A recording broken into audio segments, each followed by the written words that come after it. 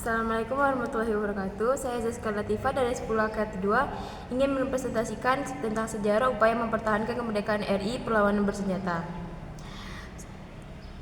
Kedatangan sekutu ke Indonesia, tugas AFNI adalah menerima penyerahan kekuasaan dari tangan Jepang, membebaskan tentara sekutu yang ditahan Jepang, serta melucuti serta mengumpulkan orang-orang Jepang untuk dipulangkan ke negerinya.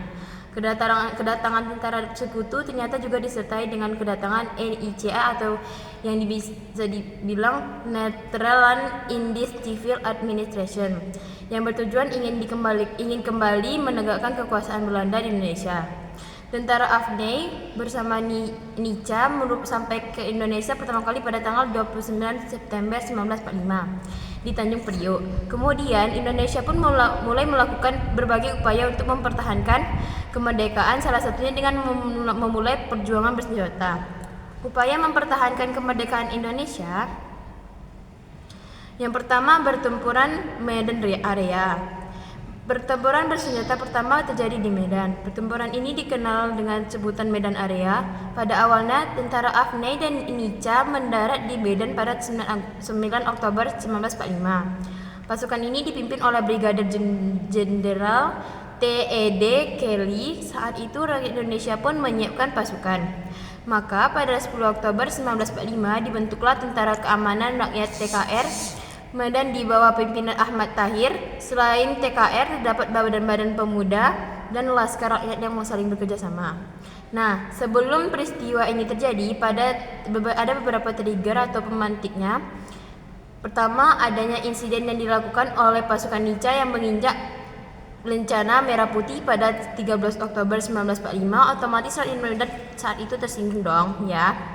Kedua adalah adanya ultimatum dari pimpinan tentara sekutu di Sumatera Utara, yaitu T.E.D. Kelly tanggal 18 Oktober 1945 kepada rakyat Indonesia untuk menyerahkan senjatanya kepada sekutu.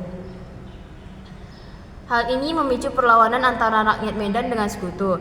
Terlebih pada tanggal 1 Desember 1945, pihak sekutu memasang papan-papan yang bertuliskan Visit Boundaries Medan Area, yang artinya batas resmi wilayah Medan di berbagai sudut pinggiran kota Medan. Papan ini bertujuan untuk menentukan batas wilayah secara sepihak oleh AFNI. Gak heran keputusan AFNI tersebut membuat rakyat Medan semakin marah karena AFNI dan NICA kesannya ikut campur atas batas kelautan Indonesia. Peristiwa ini menimbulkan pertempuran yang lebih besar antara rakyat Medan melawan sekutu. Sekutu bersama NICA melancarkan aksi besar-besaran sejak 10 Desember 1945. Serta mengusir dan menindas rakyat Indonesia. Lalu pada bulan April 1946, tentara Inggris berusaha mendesak pemerintah RI keluar kota Medan. Akhirnya Gubernur Markas Divisi TKR dan Wali Kota RI pindah ke Pematang Siantar. Secara tidak langsung pada bulan ini pula, sekutu pun berhasil menguasai kota Medan. Kemudian pada 10 Agustus 1946, para komandan pasukan yang berjuang di Medan Area mengadakan pertemuan yang membentuk komandan resmi Laskar Rakyat Medan Area untuk melanjutkan perlawanan terhadap sekutu dan NICA. Dan kedua, pertempuran Surabaya. Hari pahlawan setiap tahunnya diperingati setiap tanggal berapa? 10 November.